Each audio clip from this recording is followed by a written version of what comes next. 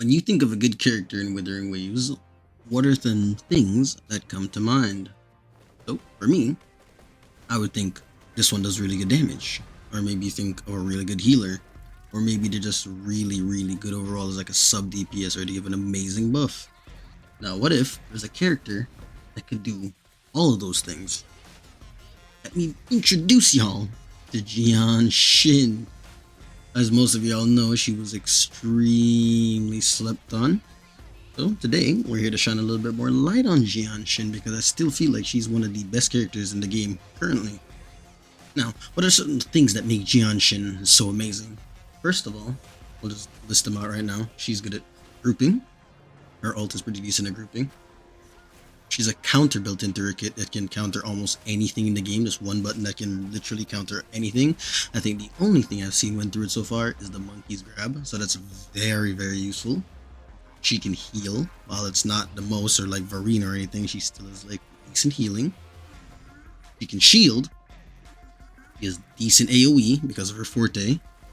And her outro skill is really, really goddamn good if put in the right teams.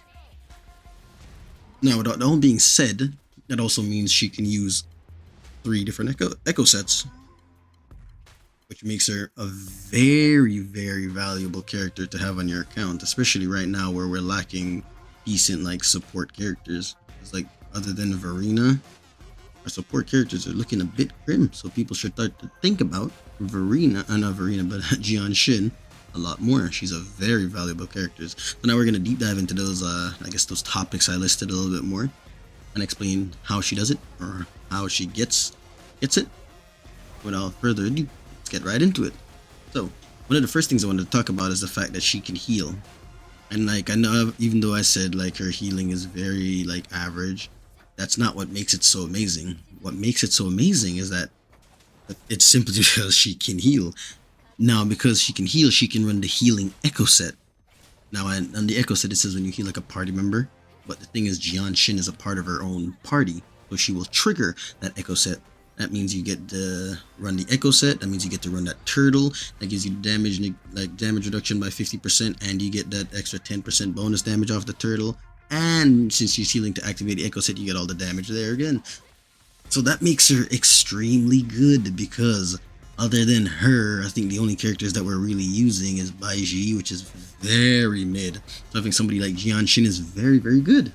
Now, when I was talking about her, I mentioned her outro. She has a very good buff in her kit.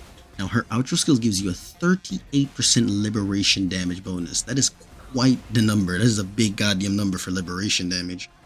Now, obviously, not every character is going to be able to like capitalize on that because not every character wants to use their ultimate for most of their damage. But in the right teams, she can shine. I'll give you one example of a team right now. So one team I've ran her in before is Kalcharo, Yinlin, and then I ran Jian Shin. So if you guys didn't know, Yinlin does very good damage with her liberations, one of her bigger damage in her kit. So if you go from Jian Shin, do all the buffing and healing and everything on her to get all your buffs up, and then go to Yinlin, do everything on her, get your big ass ult off because of that 38% damage, and then you can use Yinlin to buff up Kalcharo after, which is amazing. And the craziest part is you don't need to buff up Yinlin all the time as well, right? So like even if your rotation gets like broken, you can still buff up Kalcharo with Jian Shin. Because before Yinlin dropped, I was using Jian Shin to buff up Kalcharo the entire time, and it worked fine because that is a fat damage buff to be giving to anybody that wants to do a lot of liberation damage. Another team I was running her in is Chisha. You're in a Chisha because everybody knows Chisha does a shit ton of damage with her liberation, and when we're lacking like good supports and I really don't want to use Tao Chi to buff her skill, I just use Jian Shin, buff the shit out of her ultimate. As long as you have some decent ER to get your ultimate back up in time, you just do a nice little ult cycle and you'll be popping heads. I have other videos on my channel showcasing stuff like this. If you guys want to go watch them, feel free. Now, we talked about her shield, or her heal, and we talked about the fact that she can use like the echo sets, and we talked about her outro. Now, another thing that this character is very unique with is that she has a shield built into her kit. Now, other than her, I think Tao Chi is the only one that gets a shield, but it's so small compared to Varina's, it's like very, very mid. Or not Varina's, but Jian Shin's. So with Jian Shin, her shield is amazing. that is also connected to how she heals. So once you put on that shield, you'll get the pops of healing.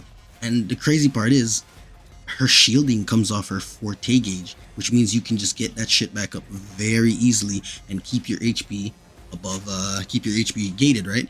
So this is why I was saying, even though she's not an amazing healer, you don't need her to be an amazing healer. She just needs to be able to heal you some, right? Because that shield is very, very significant. It blocks a shit ton of damage, and you can, as long as you get her forte back up, you can just do it again and again and again. There's no like real cooldown on it. Now, what makes that shield so good is that when combined with your healing, it will just keep you at full HP, because you're never really going to take a lot of HP damage to your HP because you have the shield on. So whenever the shield breaks and you take a little bit to your HP, you get that shield back on, the shield will heal back that HP that you lost. Very, very solid. It feels really, really goddamn nice. Now, I talked about her grouping. Now in Jian Shin, or even in Wuthering Waves I should say, we don't have a lot of groupers.